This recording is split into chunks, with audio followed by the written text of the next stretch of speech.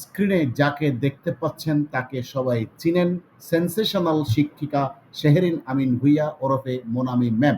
এইবার তার বিরুদ্ধে গুরুতর একাডেমিক জালিয়াতির অভিযোগ উঠেছে। এই অভিযোগটা করেছে রাষ্ট্রপতির কাছে বাংলাদেশ পাবলিক একাডেমি। এই পাবলিক একাডেমি তাদের স্বাক্ষরকৃত ২০ জনের তারা দাবি করেছে এই মোনামি তার যে বিশ্ববিদ্যালয়, ঢাকা বিশ্ববিদ্যালয়ের মতো পেশায় তিনি যে যুক্ত হয়েছেন শিক্ষকতায়, সেই চাকরিটা তিনি নিয়েছেন অর্থের বিনিময়ে, এবং সেই চাকরি নেওয়ার ক্ষেত্রে তাদের যে ক্রাইটেরিয়া অর্থাৎ জার্নাল থাকতে হবে, সেই জার্নালগুলো তিনি লিখিয়েছেন অন্যদের দিয়ে, এবং ভুইফোর কিছু পাবলিকেশন সেগুলো তারা পাবলিশ করেছে। এখানেও তিনি জালিয়াতির আশ্রয় নিয়েছে বলে দাবি করছে পাবলিক একাডেমি।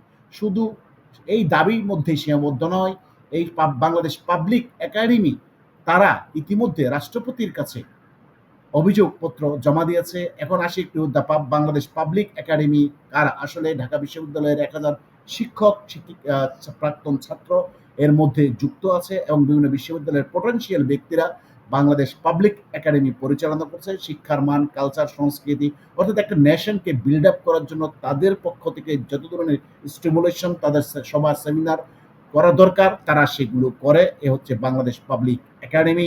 এরাই এই সমস্ত হাই প্রোফাইলের লোকজন অভিযোগ করেছে রাষ্ট্রপতির কাছে এই দুষ্টচক্র অর্থাৎ এই মোনামির বিরুদ্ধে। তার বিরুদ্ধে অভিযোগ খুবই গুরুত্বপূর্ণ।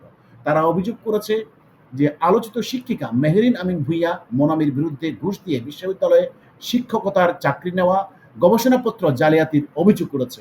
বুধবার পাবলিক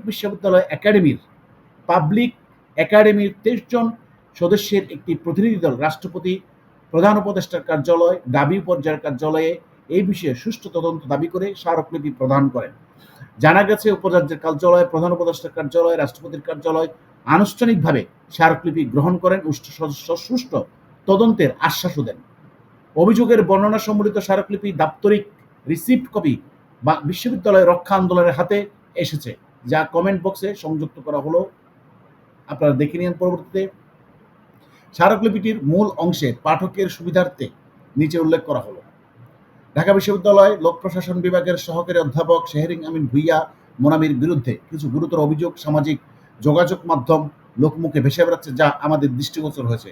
অভিযোগগুলো এই: তিনি সাবেক আওয়ামী লীগ সরকারের প্রভাবশালী ব্যক্তিবর্গের মাধ্যমে প্রথমে ১৫ লাখ টাকা ঘুষ দিয়ে জগন্নাথ বিশ্ববিদ্যালয়ে চাকরি নেন, তারপর পারিবারিক কানেকশন ও সাবেক সচিব বরাবর অবৈধ অর্থ ও প্রভাব কাজে লাগিয়ে একই পন্থায় ২০ লাখ টাকায় ঢাকা বিশ্ববিদ্যালয়ের মতো স্বনামধন্য প্রতিষ্ঠানে চাকরি বাগিয়ে নেন। লোক প্রশাসন বিভাগে তৎকালীন নিয়োগ একাধিক অধিকতর যোগ্য প্রার্থী থাকা সত্ত্বেও তাদের বঞ্চিত করা হয়। এমনকি পিএইচডিধারী ও পোস্ট ডক্টরাল অভিজ্ঞতা সম্পন্ন প্রার্থী থাকার পরও বিশ্ববিদ্যালয় প্রশাসন অদৃশ্য কালো ছায়ার জোরে পিএইচডিবিহীন শেহরিন আমিন মুমিনকে নিয়োগ দেওয়া হয়। চিন্তা করেন প্রিয় দর্শক, যার পিএইচডি নাই তাকে শিক্ষকতার চাকরি দিয়ে দিল ঢাকা বিশ্ববিদ্যালয়ে এই মোনামিকে। উল্লেখিত শিক্ষিকা পদোন্নতি একাডেমিক পোর্টফোলিও ভারী করার লক্ষ্যে একাধিক জার্নাল আর্টিকেল টাকা দিয়ে অন্যের মাধ্যমে লিখিয়ে ভুইফোর নানা জার্নালে ছাপিয়েছেন। অভিযোগ উঠেছে যে তার population growth and consumption growth প্রকাশক কুমিল্লা বিশ্ববিদ্যালয়। চিন্তা করেন, population growth and consumption growth, A call for career energy consumption optional, population growth প্রকাশক কুমিল্লা বিশ্ববিদ্যালয়। আরও অনেক জার্নাল আর্টিকেল টাকা দিয়ে লেখানো। আরও অভিযোগ করেছে তিনি যখন লেকচারার থেকে সহকারী অধ্যাপক পদে পরিণতি পাওয়ার জন্য তদবির চালান, তখন বিশ্ববিদ্যালয় থেকে জানানো হয় যে তার পিএইচডি নেই এবং আন্তর্জাতিক কোনো জার্নালে পাবলিকেশন নেই। তখন তিনি অন্য কয়েকজন অসাধু ব্যক্তির সাথে যোগসাযোগে লক্ষাধিক টাকা খরচ করে আন্তর্জাতিক জার্নালে ছাপানোর উপযোগী মোটামুটি চলনসই মনের আর্টিকেল লিখিয়ে নেন অন্যকে দিয়ে, এবং তার নিজ নামে ফার্স্ট অথর হিসেবে ছাপান। তার প্রায় সব আর্টিকেল গুরুত্বহীন, নামকস্তে হওয়ায় সেগুলোর কোনো সাইটেশন রেকর্ড ছিল না।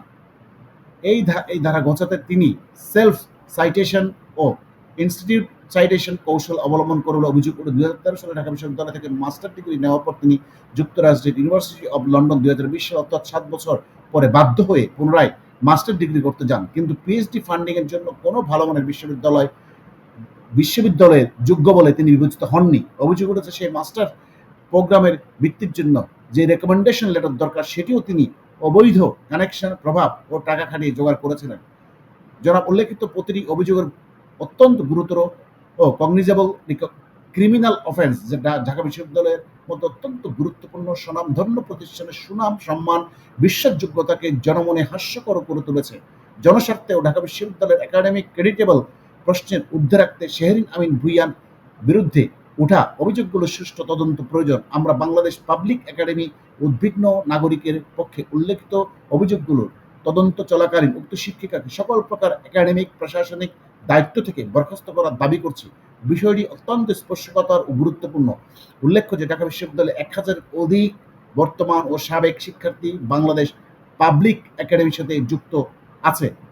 এখানে স্বাক্ষর করেছেন আপন রহমান, ডক্টর অভিজিৎ দেব, শাহরিয়ার মুস্তাক, রোমানা হক, ডক্টর হাসান আকবর, আশিক তুহিন, ব্যারিস্টার আসমা হক, ব্যারিস্টার সাইফুজ্জামান খান টিটু, অ্যাডভোকেট মনসুর ইকবাল, ইকবাল হোসেন, মনীষা ইশরাত, অনুপ সাহা, খান সৈকত, সোনিয়া আক্তার, ডক্টর মনিরুজ্জামান আকান্ত, ব্যারিস্টার লুৎফুল হক, শেখ বাহারউদ্দিন, লিমন দাস, শফিকুল ইসলাম, ডক্টর আব্দুস সালাম, তাসলিম উদ্দিন, আজহারুল হক, নেসার উদ্দিন। অর্থাৎ প্রিয় দর্শক দেখলেন যারা এই রিপোর্টে স্বাক্ষর করেছে সবাই এই একাডেমিক পাবলিক একাডেমির সদস্য এবং সবাই গুরুত্বপূর্ণ দায়িত্ব পালন করছেন এই একাডেমিতে। আমার সাথে যুক্ত আছেন সাংবাদিক ও ভূরাজনৈতিক বিশ্লেষক জনাব আতার হলদার।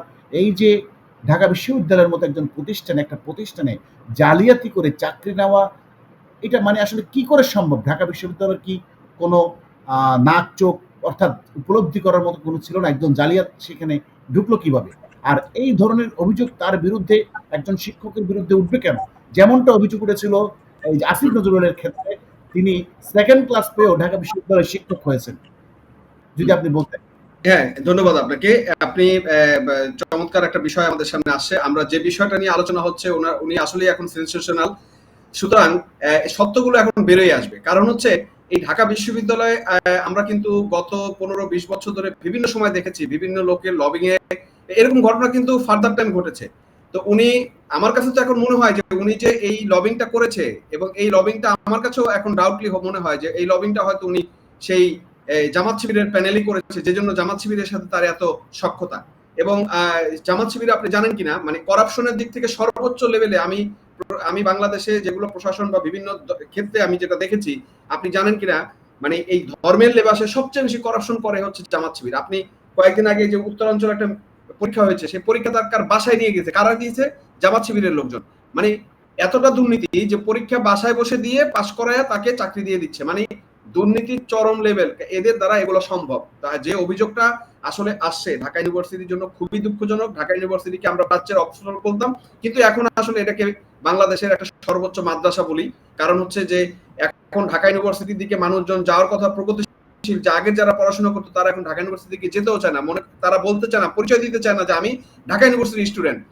আপনি বিশ্বাস করেন সাবেক যে ছাত্র যেগুলো আছে ঢাকা ইউনিভার্সিটির স্টুডেন্ট, ইদানিং তারা এই পরিচয়টা দিতে চায় না। কারণ এই ঢাকা ইউনিভার্সিটির পরিচয় দেওয়াটা এখন তাদের কাছে লজ্জার একটা বিষয় হয়ে গেছে।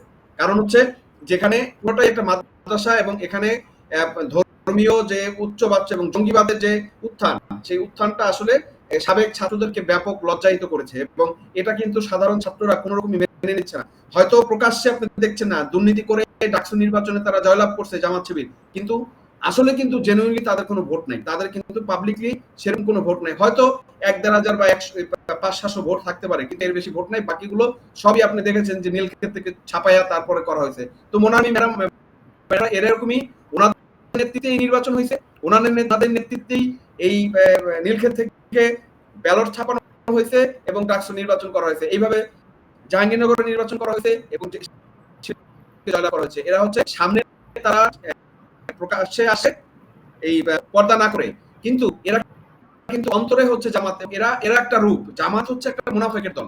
সুতরাং এদের মধ্যে কত ধরনের মুনাফিক আছে এটা আপনি খুঁজে পাবেন না। উনিও তাদেরই একটা অংশ বলে আমি মনে করি এবং তারই মাধ্যমে দুর্নীতি করে আজকে এই জায়গাতে আসছে। ধন্যবাদ আপনাকে, যথার্থ বলেছেন। প্রিয় দর্শক, দেখলেন একটা বিশ্ববিদ্যালয়ের মতো প্রতিষ্ঠানে একজন জালিয়াত চক্র কিভাবে সেখানে একজন তার শিক্ষিকার দায়িত্ব নিল। তাহলে সেই বিশ্ববিদ্যালয়ের ছাত্রদের কি অবস্থা হবে, তাদের জন্য কতটা লজ্জাজনক, জাতির জন্য কতটা লজ্জাজনক, এটা আসলে ভাষায় প্রকাশ করার মতো না। আশা করি আমরা এই ক্রিমিনালের একটা দৃষ্টান্তমূলক শাস্তি হবে, যেন ভবিষ্যতে এই ধরনের কেউ আর সুযোগ না নেয়। সবাইকে ধন্যবাদ, ভালো থাকবেন।